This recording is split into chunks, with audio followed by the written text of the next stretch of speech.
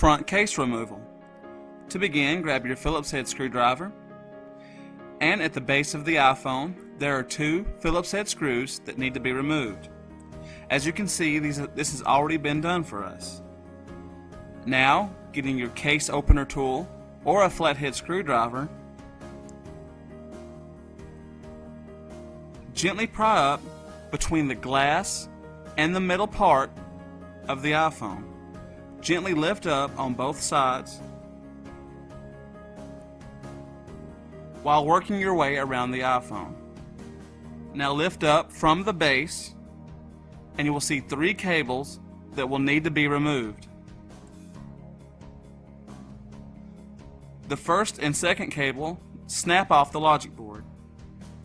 Do this very carefully.